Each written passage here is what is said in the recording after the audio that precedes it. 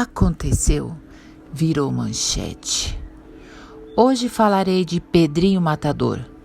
Pedro Rodrigues Filho nasceu em Santa Rita do Sapucaí em 29 de outubro de 1954, faleceu, graças a Deus, em Mogi das Cruzes em 5 de março de 2023. Conhecido como Pedrinho Matador, foi um assassino em série brasileiro, tendo sido condenado a mais de 400 anos de prisão por matar 71 pessoas, quiçá muito mais. No entanto, alegou ter matado mais de 100, mas muitos falam que isso pode ser uma grande falácia. Gostava de aumentar sua fama, contando vários casos que não se sabe se eram verídicos. Primeiros anos. Pedro nasceu numa fazenda em Santa Rita do Sapucaí, no sul de Minas Gerais, com o crânio ferido, resultado de violência doméstica praticada por seu pai, Pedro Rodrigues, que desferiu chutes na barriga da mãe durante uma briga. Que absurdo! Os crimes. Aos 9 anos, fugiu de casa e chegou a viver por um tempo com seus padrinhos em Santa Rita do Sapucaí, quando fugiu outra vez para São Paulo. Na capital paulista, passou a cometer roubos no centro e na zona leste da cidade. Quando completou 11 anos, assassinou Jorge Galvão, traficante em Itaquera. O irmão e o cunhado de Galvão também foram mortos por Pedrinho. Antes mesmo de completar 18 anos, Pedrinho matou diversas pessoas. Conforme reportagem da revista Época, Pedrinho declarava que teve vontade de matar pela primeira vez aos 13 anos, numa briga com um primo mais velho, quando o empurrou em uma prensa de moer cana. E ele não morreu por pouco, mas em seguida o cortou com um facão e jogou cada parte do corpo no moedor. Aos 14 anos, matou o vice-prefeito de Alfenas, em Minas Gerais, com uma espingarda que pertencia ao seu avô, em frente à prefeitura da cidade, por ter demitido seu pai, um guarda escolar, na época acusado de roubar merenda. Depois matou um vigia, que supunha ser o verdadeiro ladrão da merenda. Após os crimes em Alfenas, Pedrinho fugiu para Mogi das Cruzes, na Grande São Paulo, onde começou a roubar bocas de fumos e matar traficantes. Conheceu a viúva de um líder do narcotráfico, conhecida como Botinha, e foram morar juntos. Assumiu as tarefas ilícitas do ex-marido de Botinha e logo foi obrigado a eliminar alguns rivais, matando 3 deles. Morou em Mogi até sua companheira ser morta pela polícia. Pedrinho escapou dos policiais, mas não deixou a venda de drogas e acabou montando o próprio negócio. Envolveu-se depois com Maria Aparecida Olímpia, por quem se dizia apaixonado, e que chegou a engravidar, mas perdeu o seu bebê. Ele a encontrou morta a tiros, tendo depois torturado e matado várias pessoas para saber quem havia cometido o crime. Quando soube de quem se tratava, um traficante rival invadiu uma festa de casamento com 4 amigos e matou, além do assassino de Maria, outras 6 pessoas, além de deixar 16 feridos. Na época, ele ainda não havia chegado à maioridade. Pedrinho foi preso em 1973 com 18 anos. após ser condenado a 128 anos de prisão. Acredita-se que tenha assassinado 48 pessoas na prisão, incluindo o próprio pai. Já matou na rua, no refeitório, na cela, no pátio e até no bonde. O camburão, na linguagem dos bandidos, escreveu a revista Época. Eram pessoas que não prestavam, disse, referindo-se a estupradores e traidores. Numa prisão de Araraquara, degolou com uma faca sem fio o homem acusado do assassinato de sua irmã. Era meu amigo, mas eu tive de matar, disse o Pedrinho. Em seu braço esquerdo trazia tatuada a frase: mato por prazer. Homicídio do pai. Aos 20 anos, Pedrinho matou o próprio pai na cadeia, onde ambos cumpriam pena, depois de ficar sabendo que ele havia matado sua mãe com 21 golpes de facão. Ele deu 21 facadas na minha mãe, então dei 22, disse numa entrevista para o jornalista Marcelo Rezende em um programa da TV Record. O povo diz que comi o coração dele. Não, eu simplesmente cortei, porque era uma vingança, não é? Cortei e joguei fora. Tirei um pedaço, mastiguei e joguei fora, explicou ainda. Ele também explicou durante a entrevista que tinha um revólver preso à cintura, mas que usou a peixeira. Perguntado por Marcelo Rezende como havia conseguido o revólver, disse que havia prendido um policial numa cela e lhe tirado a arma. Primeira prisão. Pedrinho foi preso definitivamente em 24 de maio de 1973 e viveu na prisão por boa parte de sua vida adulta. Enquanto estava sendo transferido para o presídio, assassinou seu companheiro de viagem. Ambos estavam algemados e ele matou o homem condenado por estupro. Durante sua passagem pela penitenciária de Araraquara, foi acusado pelo juiz corregedor de ser um dos fundadores da suposta organização criminosa Serpentes Negras. Após uma rebelião ocorrida em 1985, quando Pedrinho participou da morte de 4 detentos, foi transferido para a Casa de Custódia de Taubaté, considerado na época a mais segura do estado.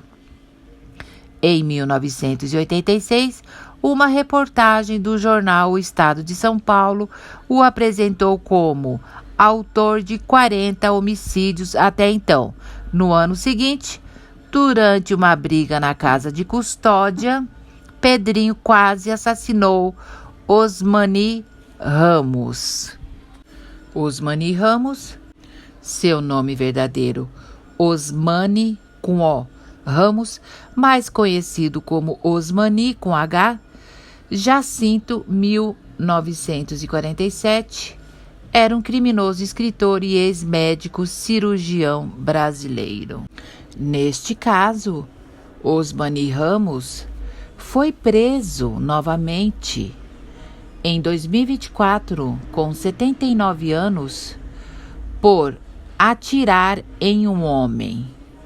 Falarei de Osmani Ramos em uma outra oportunidade. Não tendo frequentado a escola, afirmava ter se alfabetizado na cadeia, onde teria livros como Negras Raízes, o livro mais triste que eu li, de Alex Haley, e a coleção de Sidney Sheldon. Em 2003, apesar de já estar condenado a 126 anos de prisão, esteve para ser solto porque a lei brasileira proíbe que alguém passe mais de 30 anos preso, disposto no artigo 75 do Código Penal de 1940. Em 2019, o artigo passou por mudanças com o pacote anticrime, sendo elevado até 40 anos. No entanto, por causa dos crimes cometidos dentro dos presídios, que aumentaram sua pena para quase 400 anos, sua permanência na prisão foi prorrogada até 2007. Segunda prisão. Depois de ser solto em 2007, Pedrinho voltou a ser preso em 2011 pelos crimes de motim e cárcere privado, cometidos quando ainda estava detido em São Paulo. Liberdade. Após permanecer 34 anos na prisão, foi solto no dia 24 de abril de 2007. Informações da inteligência da Força Nacional de Segurança indicavam que ele havia se mudado para o Nordeste, mais precisamente para Fortaleza, no Ceará. No dia 15 de setembro de 2011, a imprensa de Santa Catarina publicou que Pedrinho Matador havia sido preso numa casa na zona rural de Camboriú, onde trabalhava como caseiro. Segundo o telejornal RBS Notícias, ele teria que cumprir pena de 8 anos pelos crimes de motim e cárcere privado, cometidos quando estava detido em São Paulo. Segunda liberdade. Pedrinho voltou a ser solto em 2018, tendo se convertido ao cristianismo e se dizendo arrependido. Tinha então 64 anos de idade e havia ficado 42 anos preso. Na época também, ele criou um canal no YouTube e acompanhava a gravação de um documentário sobre sua vida. Andréia dos Santos, atriz e assistente de produção, chegou a descrevê-lo como uma criança querendo voltar a viver. O crime não é brincadeira. Muitos estão entrando por verem os galhos, fama e dinheiro. Não a raiz, prisão e morte. É como o diabo. Dá com uma mão e tira com a outra.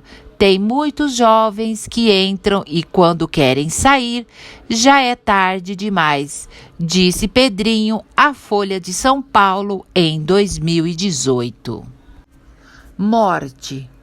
Em 5 de março de 2023, aos 68 anos, Pedrinho foi assassinado, ô glórias, em Mogi das Cruzes, região metropolitana de São Paulo, na rua José Rodrigues da Costa, no bairro Jardim Náutico, em frente à residência de sua irmã.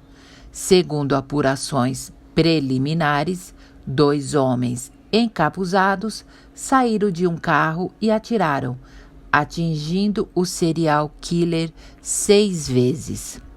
Além disso, ele teve o pescoço degolado com uma faca de cozinha pelos criminosos.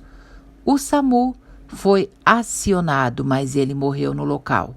Foi sepultado no cemitério São Salvador, em Mogi das Cruzes. Modus operandi.